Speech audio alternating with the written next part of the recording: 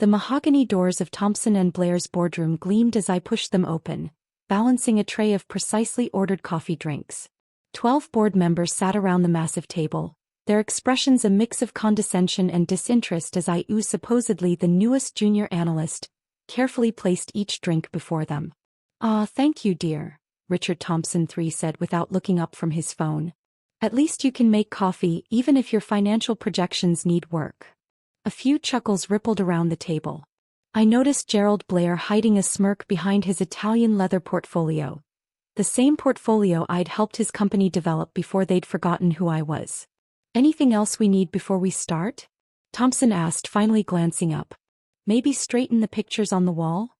More laughter. I smiled politely, thinking about the documents in my briefcase. Documents that would wipe those smirks off their faces. "Actually," I said quietly, "I believe we should discuss the shareholder meeting scheduled for this afternoon." "The shareholder meeting is a closed session," Blair interrupted sharply. "For major stakeholders only.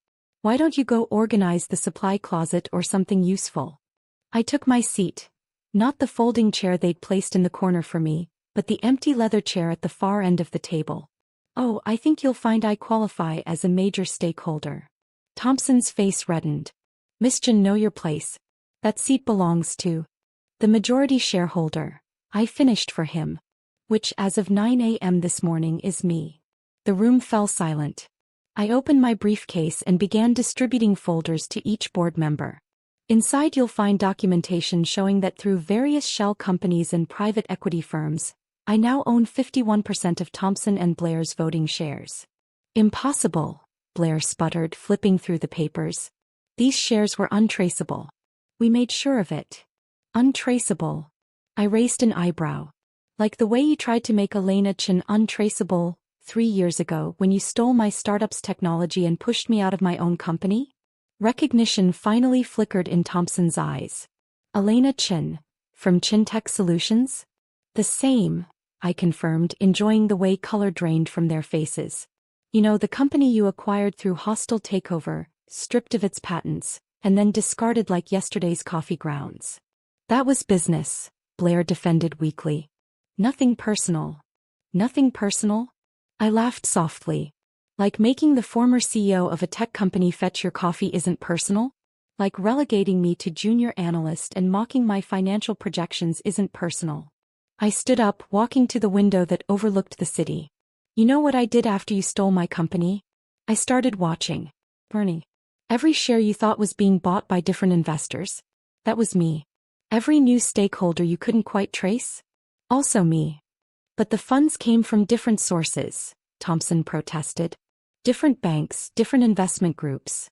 All subsidiaries of Phoenix Capital." I turned back to face them. "My company.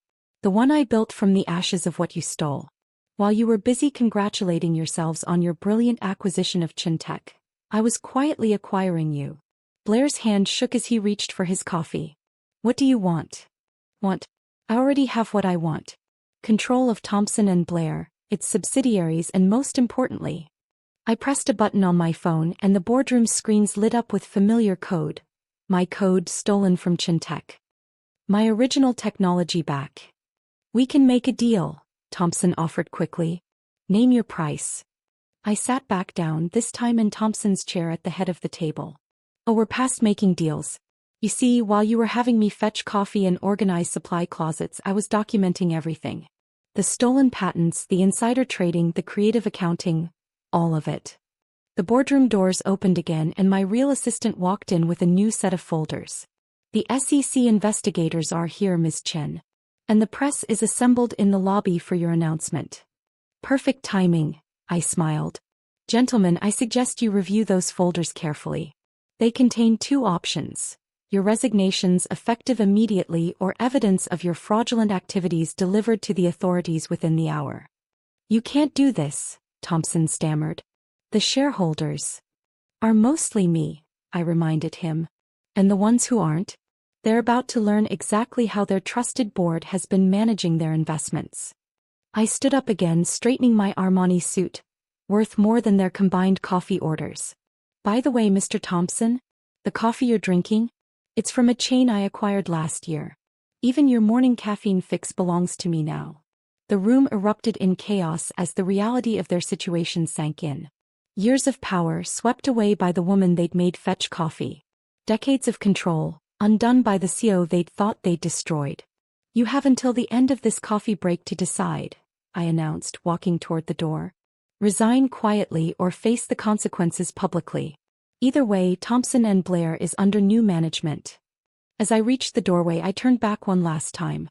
"Oh, and gentlemen, next time you steal someone's company, make sure they don't have the patience, resources, and motivation to spend 3 years planning your downfall.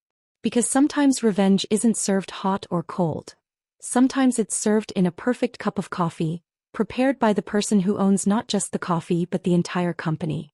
The next hour unfolded like a perfectly choreographed dance. I watched from my newly acquired corner office, previously Thompson's sanctuary, as security escorted board members out of the building.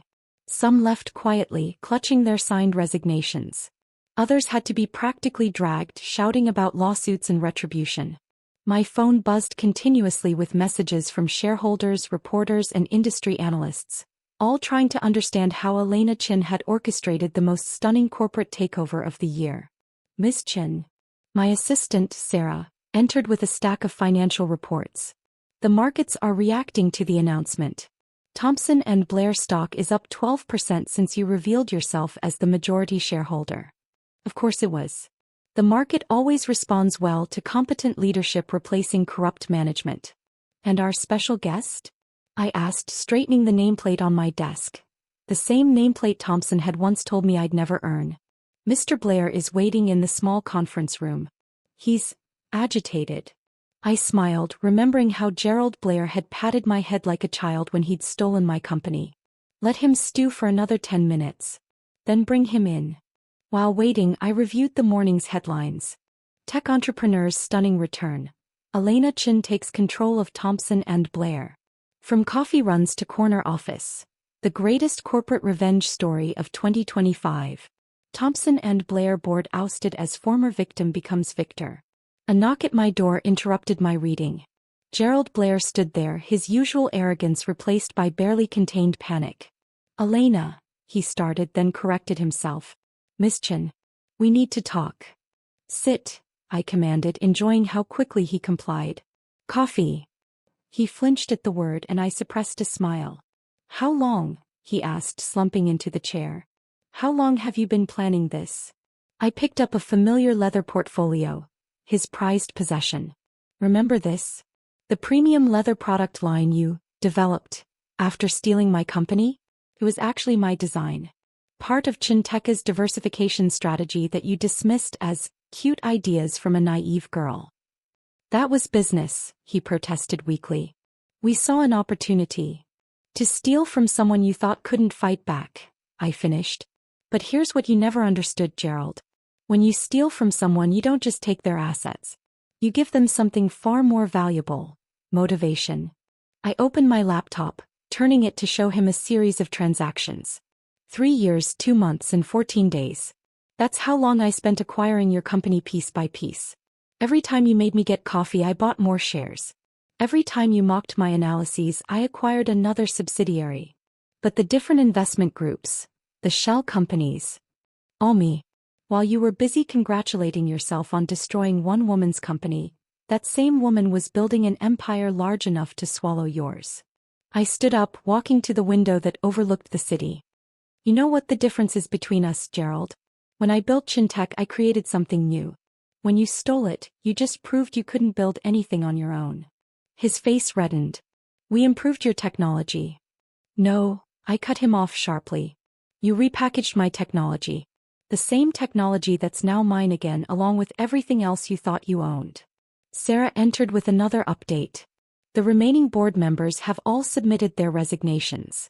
And the SEC would like to schedule a meeting about the evidence we provided." "Perfect timing," I said. "Gerald, I assume you've reviewed the options in your folder?" He nodded slowly, defeat evident in his posture. "The resignation letter. If I sign it, you'll keep the evidence private? Assuming you comply with certain conditions." I handed him a pen. "First, you'll return all patents and intellectual property stolen from Chintech. Second, you'll provide a full accounting of how you orchestrated the hostile takeover.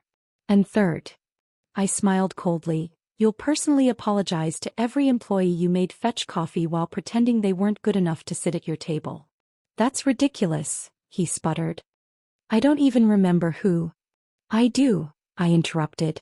I remember every single one. Because while you were busy playing corporate tyrant, they were helping me document your downfall.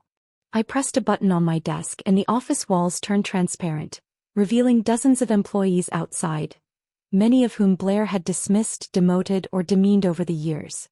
Your choice, Gerald. Sign the resignation, make the apologies, and walk away with your reputation merely damaged. Or refuse, and I'll ensure every detail of your corporate theft becomes front-page news. His hand shook as he signed the paper. One more thing, I added as he stood to leave. That coffee you've been drinking every morning in the boardroom? I've known your order for 3 years. Triple shot espresso, 1 pump vanilla, extra hot. I made it perfectly every time, even while you treated me like a servant. Because that's the difference between us. I pay attention to details while you only pay attention to power. As security arrived to escort him out, Blair turned back one last time. Was it worth it? Spending 3 years serving coffee just to get revenge. I picked up my own coffee cup, a simple mug with Chinteca's original logo. This was never about revenge, Gerald. This was about justice. For every entrepreneur you've stolen from, every employee you've belittled, every innovation you've crushed because you couldn't create it yourself. Through my office windows, I watched him walk out of the building, shoulders slumped in defeat. Sometimes success isn't just about winning. It's about showing them exactly who they underestimated. 1 month after the takeover, I sat in my office reviewing the final transformation of Thompson & Blair. The company had been renamed Phoenix Global, a testament to rising from ashes, and our stock had risen another 30% since the leadership change. The Wall Street Journal lay open on my desk, featuring an in-depth analysis. The Elena Chin Effect: How one woman's 3-year coffee service led to corporate history's most calculated takeover. My phone buzzed. A message from Richard Thompson III. Please. My father's having health issues. The family name means everything to him. Can we discuss terms? I deleted it without responding. The Thompson family name now belonged to me, along with everything else they'd spent generations building. Sometimes silence is the most powerful response. Miss Chin. Sarah entered with the morning briefing. The last of the employee reviews are complete. You were right. There are dozens of talented people who were overlooked or demoted under the old regime.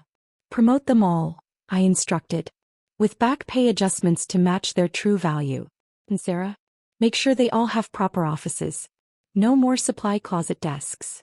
She smiled, remembering her own journey from Thompson & Blair cast-off to my trusted right hand. Also, Mr. Davidson from the SEC is here for your meeting. I nodded, straightening my designer suit. No more hiding in junior analyst clothing. Send him in. James Davidson entered, looking considerably more respectful than during our last encounter 3 years ago, when he'd dismissed my complaints about Chinteca's theft. Miss Chin, he began, I owe you an apology. When you came to us about Thompson & Blair's corporate espionage, you said I was just a bitter ex-CEO who couldn't handle losing my company. I finished for him. That's why I decided to handle it myself. I handed him a thick folder, evidence of not just Thompson & Blair's crimes, but similar patterns at other corporations. Consider this a gift. A map of corporate corruption that might interest your investigators. His eyes widened as he scanned the documents. This is extensive. I had a lot of time to gather information while serving coffee, I replied dryly. Amazing what people will say in front of someone they consider invisible. The intercom buzzed. My new head of security. Miss Chin, the former board members are here for the mandatory ethics training you required in their severance agreements. Through my office windows, I could see them filing into the training room. Once powerful men and women now reduced to attending corporate compliance seminars led by the woman they'd ordered to organize supply closets. You know, Davidson said, watching them, this is unprecedented. Not just the takeover but the way you're reforming the company. I stood, walking to the window. Because this was never just about revenge. It's about changing how business is done. Every person they ignored, every idea they stole, every talent they wasted, all of that ends now. My phone buzzed again. Another message, this time from Gerald Blair. The apologies are done. All 47 of them. Can I have my dignity back now? No, I typed back. But you can have a lesson in humility. Your new position as junior analyst starts Monday. Don't forget, I take my coffee with 1 sugar. Sarah returned with more updates. The Chin-Tech patents have been fully restored to our control. And the employee assistance program you started? It's already helping 3 other entrepreneurs who lost their companies to corporate theft. I smiled, picking up my coffee mug. Now sitting on the exact same spot where Thompson used to place his. Schedule a company-wide meeting for tomorrow. It's time to share our 5-year vision. The one where we help other stolen startups recover their companies? Exactly. I looked out at the city skyline, my skyline now in many ways. Let's show them what happens when you give power back to the people who actually know how to build things. The day wound down and I found myself alone in the office that had witnessed so much change. On my desk sat 3 items. My original Chin-Tech business plan, the first coffee cup I'd ever served in the Thompson & Blair boardroom, and the nameplate they'd once denied me. My phone lit up one final time, a message from a young entrepreneur whose company was being targeted for hostile takeover. Ms. Chin, they're trying to steal my company. Can you help? I thought about my own journey from startup CEO to coffee server to corporate conqueror. About the 3 years spent building my strength while they celebrated their stolen success. Meet me tomorrow, I replied. I'll teach you how to turn their coffee breaks into your comeback. Because sometimes the greatest victory isn't in the takeover itself.